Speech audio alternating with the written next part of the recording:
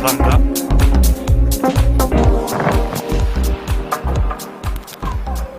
안녕하세요. 반갑습니다. 박수는 필요 없습니다. 괜찮습니다. 이른 아침에 이렇게 와주셔서 감사합니다. 제가 이 행사에 초대를 받았을 때 많이 망설였어요. 아직 쿠팡이 한 것도 많지 않고, 앞으로 해야 될 것도 많고, 생긴 지 2년 반밖에 안 된 회사 대표가 나와서 얘기하는 모습 자체도 이렇게 좋을까라는 그런 생각으로 많이 망설였는데, 주변 사람들하고 얘기를 나눠보니까 드디어 한국에 이런 좋은 행사가 왔고, 미국에서는 흔하지만 한국에서는 정말 특별한 행사고, 이런 벤처 커뮤니티가, 창조 커뮤니티가 활성화될 수 있는 좋은 기회인데 조금이라도 도움이 될 수 있으면 나가봐야 되지 않냐라는 주변 사람 분들의 말씀 때문에 제가 오늘 준비한 그 내용이 많이 부족하지만 조금이라도 도움이 되었으면 좋겠습니다. 먼저 이 내용이 업데이트가 안 된 것 같은데요. 하나씩 넘어가는 거구나. 사실 실수보다 더 창업자한테 가르치는 계기가 없거든요. 제가 올라와서 제가 배운 점들을 정리를 해보니까 제가 겪을 필요가 없었지만 겪었던 실수들이 떠오르더라고요. 오늘 4가지 실수를 정리를 했는데, 먼저 주제로 넘어가기 전에 여기 쿠팡을 구매를 해보신 분 상당히 많네요. 여기 오늘 남자분들이 많으셔서 원래 이 질문을 던지면은 듣는 분들의 연령대하고 성비를 알 수 있거든요.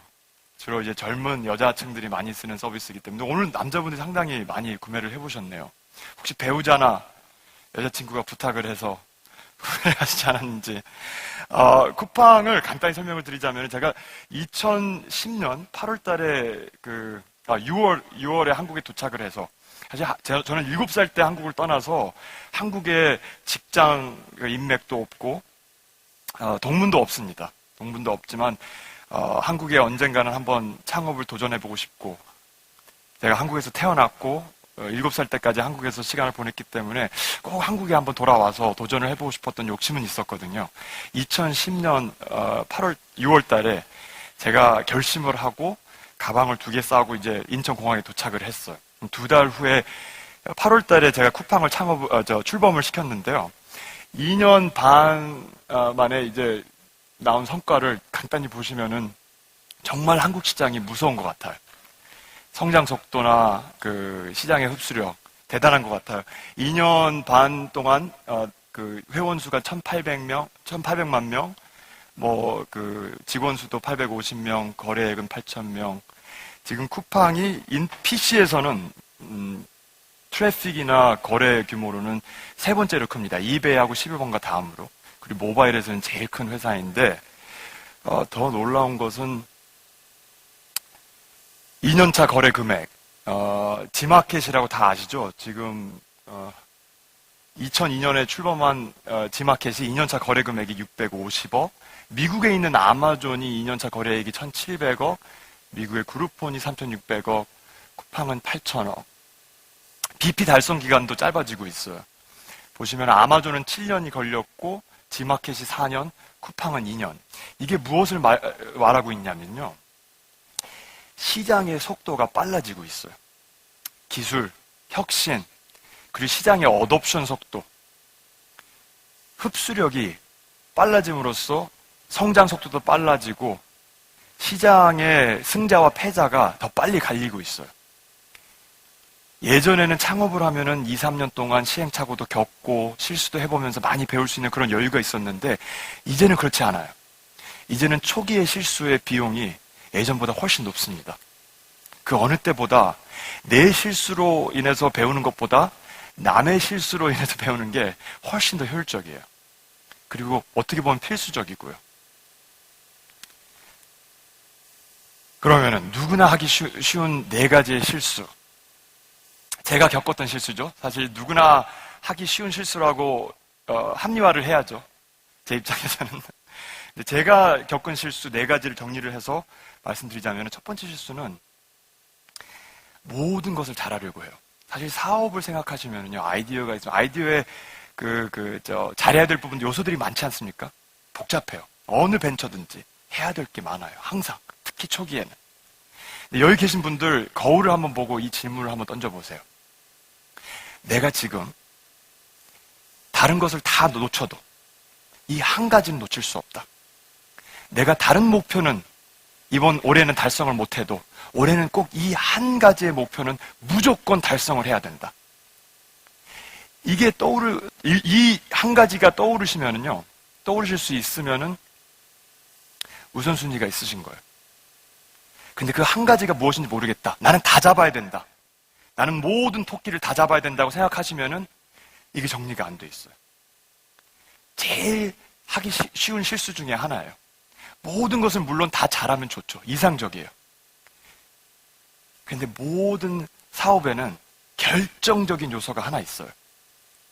오케이, 그럼 한 가지의 우선순위가 있으시면요. 우선사항이 있으시면은 그 우선사항이 이 시장에서 결정적인 우위의 요소다. 라고 믿으셔야 돼요. 항공산업처럼 어렵고 치열한 산업이 없거든요. 다들 아시죠? 부도도 항상 나고, 경쟁 구조도 치열하고. 미국에 있는 사우스웨스트 에어라인스라고 들어보셨는지요? 사우스웨스트 에어라인스라는 저가 항공사 사례가 떠오르고요. 또 유럽에 있는 SAS라는 스캔디네이비언 에어라인스 사례가 생각이 나요. 두 회사의 전략은 매우 달랐어요. SAS는 여행 고객과 비즈니스 고객 둘 다 잡으려는 이런 항공 산업에서 SAS는 무조건 우리는 비즈니스 고객을 무조건 잡겠다. 그들이 원하는 중요한 핵심 요소들을 우리는 최적화하겠다라고 결심을 했고, 사우스웨스트 에어라인스는 최저가, 다른 건 모르겠는데 무조건 최저가를 맞추겠다고 포커싱을 했어요. 두 회사 이 살아남기 어려운 이 산업에도 인더스트리에서도 살아남았는데 결국 결정적인 요소가 하나만 있는 것도 아니고요. 시기에 따라서 변해요. 중요한 것은 하나가 있다는 게 중요하고 그 시기에 적합한 하나의 결정적인 요소라는 게 중요하죠. 쿠팡에서도 초기에는 많은 고민을 했어요. 이런 우리 이커머스를 하게 되시면은요. 공급자들도 있고 우리가 올려야 되는 딜도 있고 유치될 고객도 있어요. 다 잡는 게 중요하다고 볼 수도 있고 또 어떤 분들은 일단 고객들이 보는 것은 딜이니까 좋은 업체들을 잡는 것을 우선사항으로 생각하는 사람들이 있거든요. 근데 쿠팡은 고객 유치에 초점을 뒀어요. 이게 물론 시기에 따라서 많이 변하긴 해요. 한 가지에 타협을 할 수 없고 결정적인 경쟁력의 원천을 잡는 게 무엇보다도 중요합니다. 초기에는. 두 번째, 이거 정말 쉽죠. 특히 저희가 지금도 간혹 가다가 이렇게 빠질 수 있는 함정인데요. 이 사례를 한번 들어볼게요.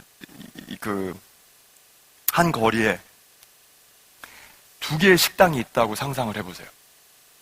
하나의 식당은 무엇보다도 옆에 있는 식당보다 매출이 더 높아야 되고 시장 점유율이 높아야 된다고 생각을 하는 식당이 하나 있고요.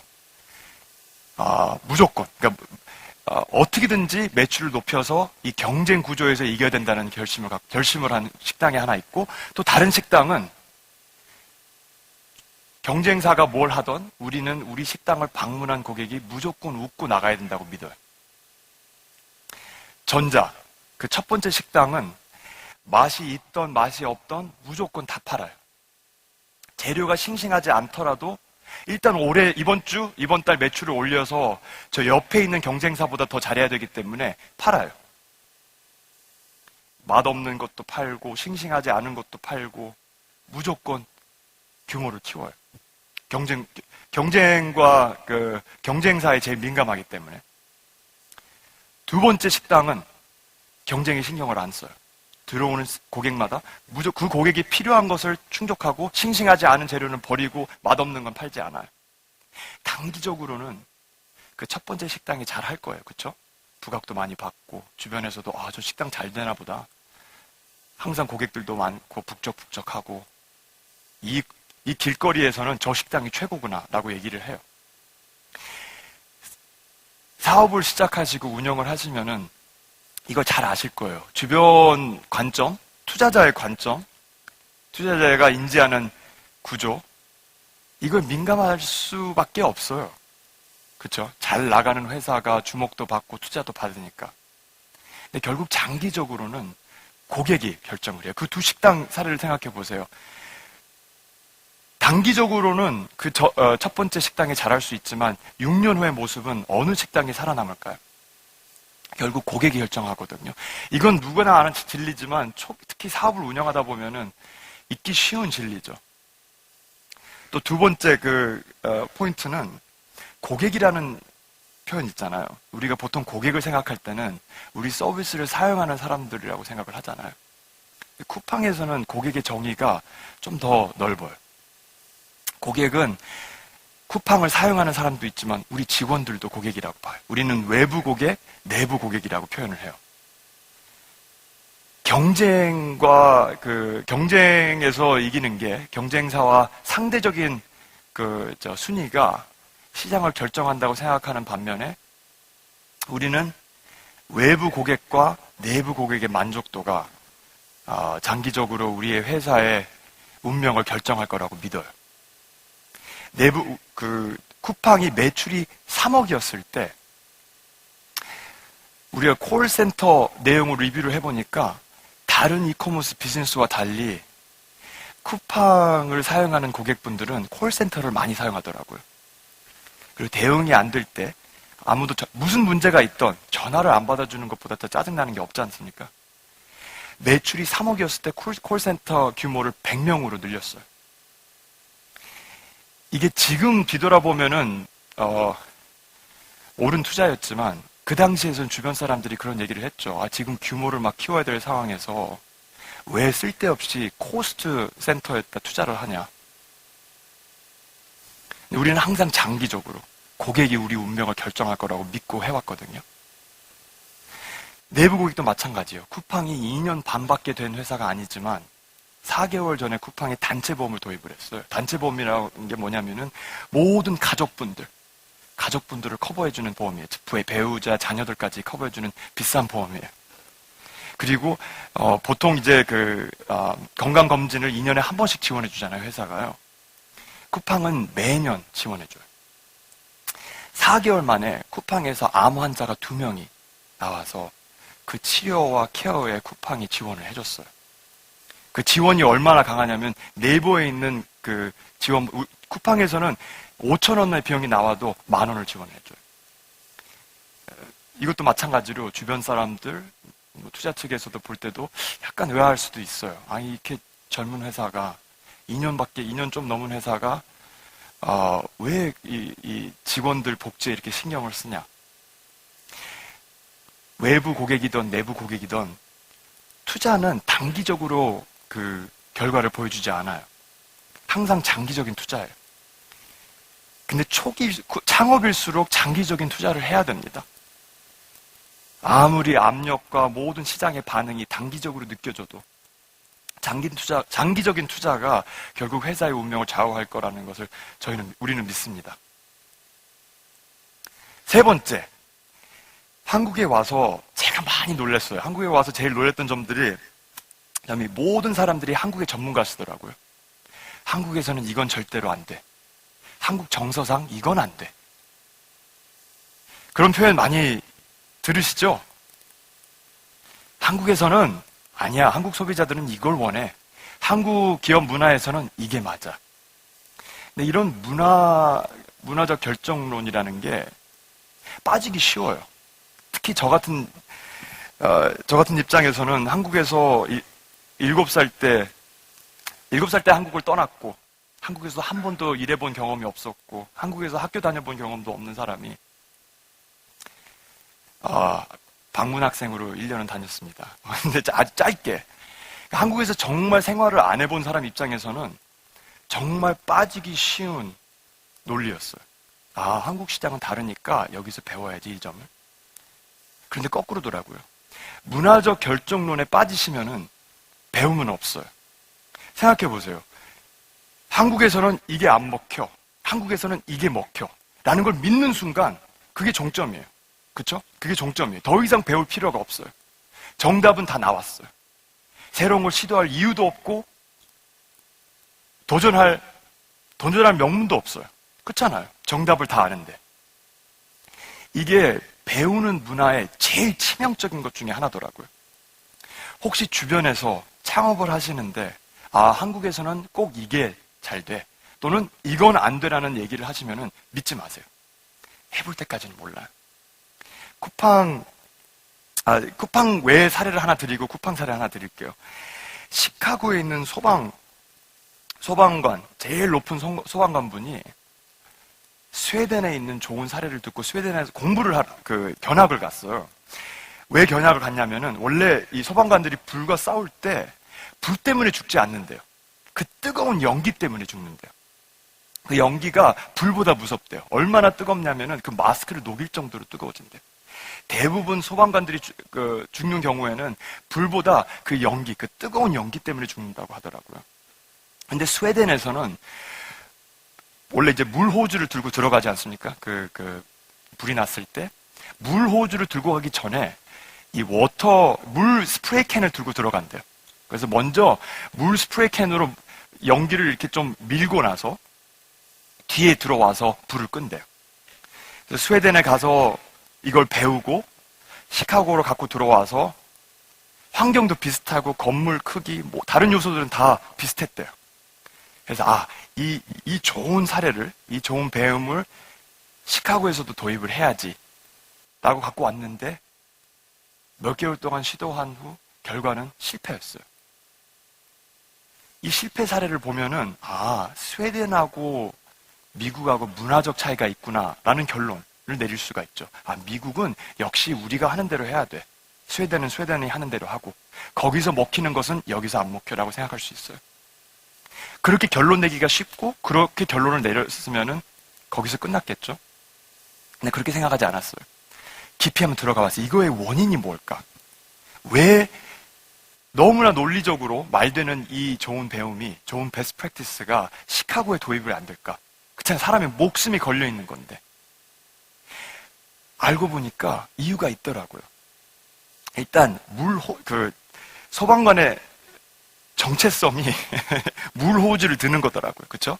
물호주를 드는데 갑자기 스프레이 캔을 들고 있으라고 그러면은 이 자존심이 이게 체면이 안 서는 거예요.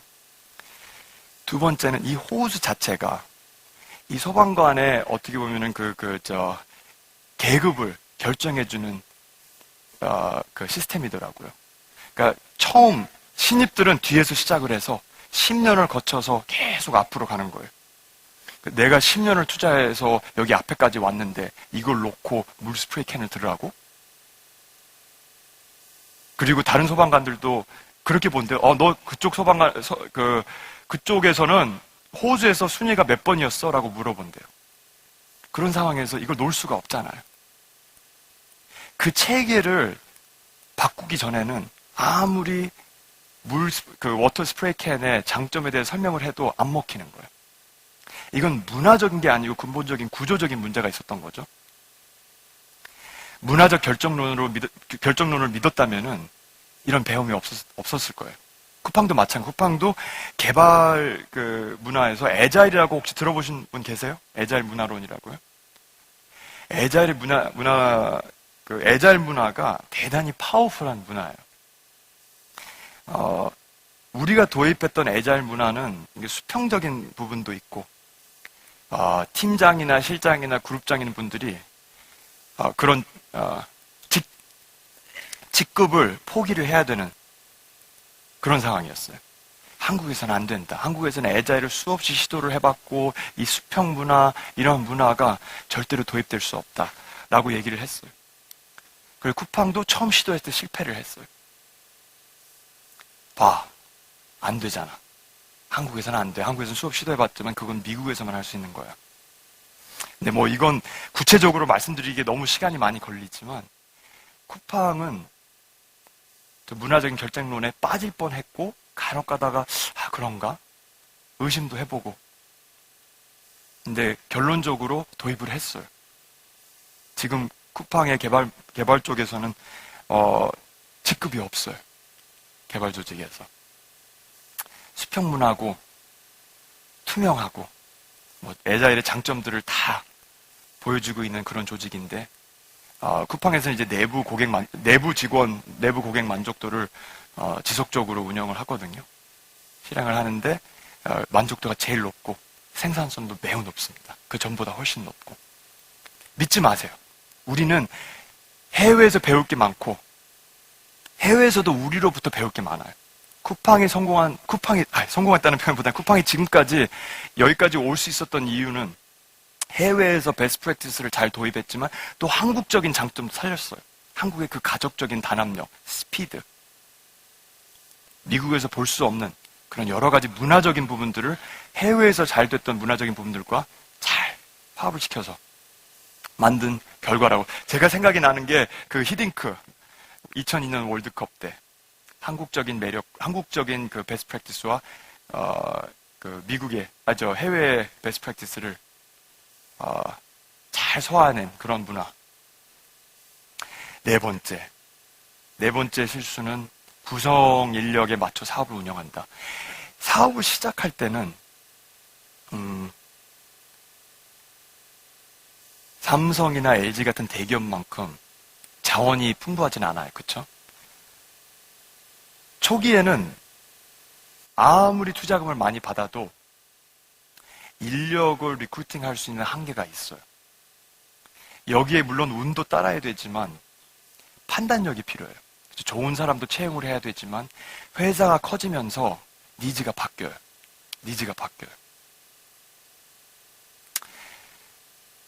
제일 어려운 결정 중에 하나가 회사는 커졌는데 그 회사의 니즈에 맞는 인력이 구성되어 있는지 안 되어 있는지 보고 판단하는 거예요. 초창기 때 많은 분들이 믿고 회사를 조인하고 특히 여기 계신 분들, 창업하신 분들이면 대부분 주변 사람들이 젊은 분들이 많이 도전을 하잖아요. 그렇죠? 도전을 하고 회사가 잘 되면은 갑자기 니즈가 커져요. 그 당시에는 그 니즈에 적합한 멤버가, 그 니즈에 적합했던 멤버가 회사가 규모가 커지고 나서 그 역량이 그 회사 규모하고 안 맞을 때가 와요. 근데 그 결정을 미루기가 정말 쉽습니다. 사실 다른 거 하기가 더 쉬워요. 그렇죠? 프로세스를 바꾼다든지 할 일에 집중한다든지 어떤 자원을 확보한다든지 사람을 바꾼다든지 아니면 회사에 있는 어떤 인사적인 구조를 바꾸는 게 제일 어려워요. 다들 아시겠지만. 그래서 그 결정을 미뤄요. 저 사람이 조금만 시간을 주면은 성장하겠지. 아니, 어떻게든지 우리는 프로세스로 그걸 메꿀 거야. 보완할 거야. 근데 이 젠가 퍼즐처럼 근본적인 인력 상황을 풀지 않고 회사를 키우면은 저렇게 불안정하게 돼요. 저도 지금까지 그 중요한 인력적인 문제를 미뤄서 후회 안 해본 적이 없어요. 항상 후회해요. 알아요. 지금 운영하시는 분은 아실 거예요.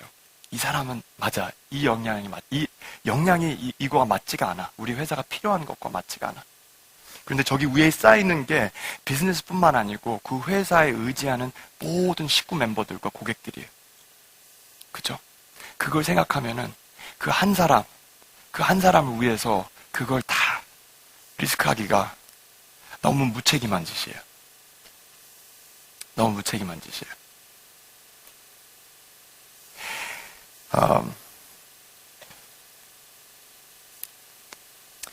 회사가 성장을 하기 위해서는 사람 이슈, 무엇보다도 사람 이슈에 신경을 써야 돼요.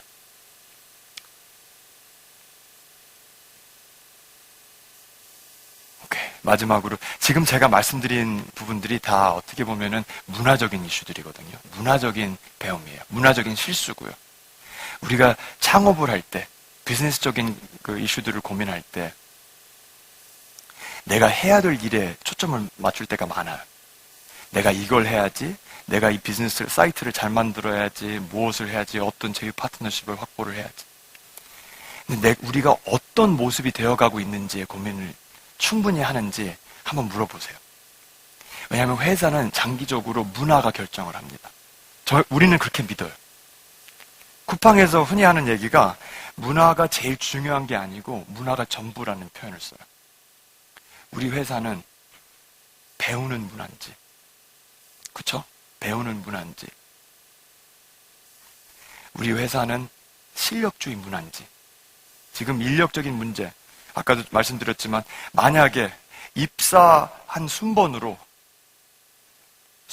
승진을 시키고 직급과 직책을 준다면은 실력주의 문화가 깨져요. 그 한 사람을 위해서 실력주의 문화가 깨지는 순간 다른 분들의 동기부여를 생각해 보세요. 그렇죠? 우리가 만드는 회사 문화. 비즈니스적인 결정도 중요하지만 문화적인 결정이 더 오래 갑니다. 회사에 미치는 영향이 훨씬 더 커요. 대한민국을 작은 시장이라고 생각하는 분들이 정말 많아요. 제가 한국에 와서도 제일 먼저 물어보는 질문이 한국 외에 해외 진출할 생각이 있으십니까? 한국 규모는 너무 작으니까 해외 진출할 생각이 없으면은 결국 미래가 없는, 아니 미래가 작은 회사라는 그런 선입견을 갖고 계시는 분들이 정말 많아요. 지금 전 세계에서 1인당 GNP가 2만 불 이상, 인구가 5천만 명 이상인 나라가, 시장이 몇 개 되는 줄 아세요? 5개밖에 안 돼요. 5개밖에 안 돼요. 한국 시장은 세계적인 규모를 자랑하는 시장이에요. 쿠팡이 지금까지 성장해 올 수 있는, 저렇게 빨리 성장해 올 수 있는 이유가 한국 시장의 무서운 규모, 무서운 속도 때문이죠. 이런 구조, 이런 시장 규모에서 인터넷 인프라는 세계 최강이에요. 인력도 마찬가지로 제가 미국에서도 벤처를 해봤고 한국에서도 벤처를 해봤지만 인력은 한국이 정말 놀라워요. 놀랍게 좋아요. 세계적인 규모, 세계적인 인프라, 세계적인 인력 다 자랑하는 시장이 한국 시장이에요. 그런데 의외로 한국 시장이 창조 환경이 활성화되어 있지 않아요. 에코시스템이 많이 부족해요. 미국에 비해서.